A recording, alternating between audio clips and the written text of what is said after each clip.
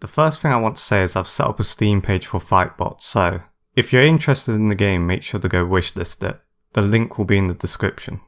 More information will be added to the Steam page as it's nearing completion.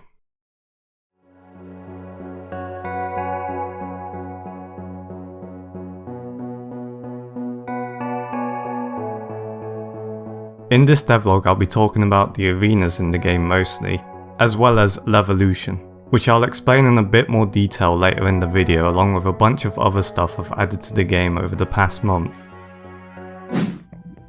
When making arenas, I start out by doing the block out using basic shapes and Unreal Engine.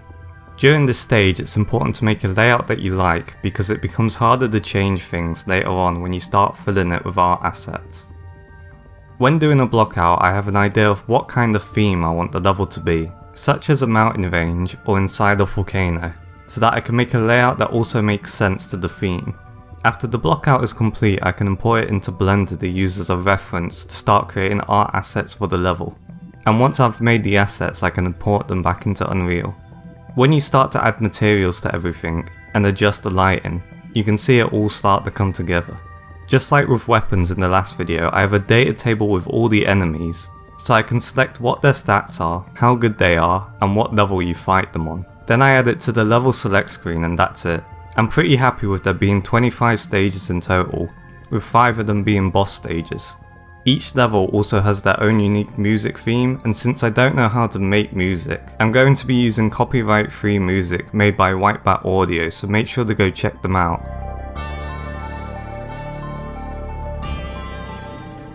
Out of the 20 normal stages, 15 will have dynamic events in them.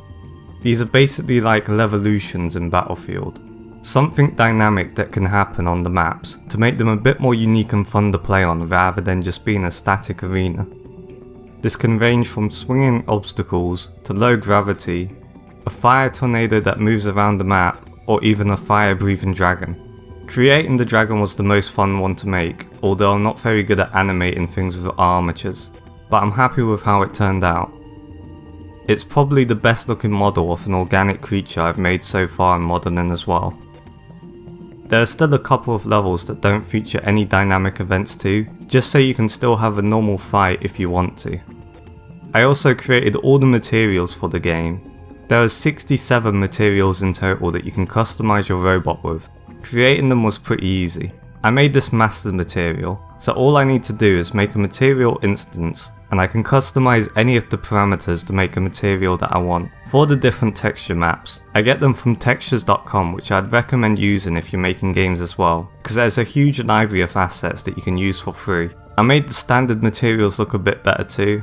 There are also a bunch of much cooler looking materials that you can unlock for leveling up, with the better looking ones being unlocked at the highest levels. I also reworked the way the 3-hit stun works a little bit.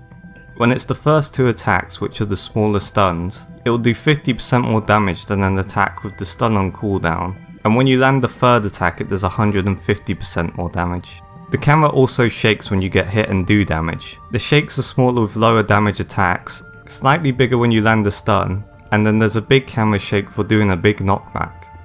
There's been a bunch of smaller changes to the game as well. I've changed the font numbers so that it's a bit more readable than the other one, but it still fits the theme of the game.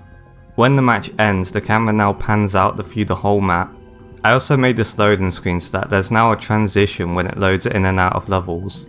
And I've also started working on specials, but you'll have to wait until the next devlog until they're finished.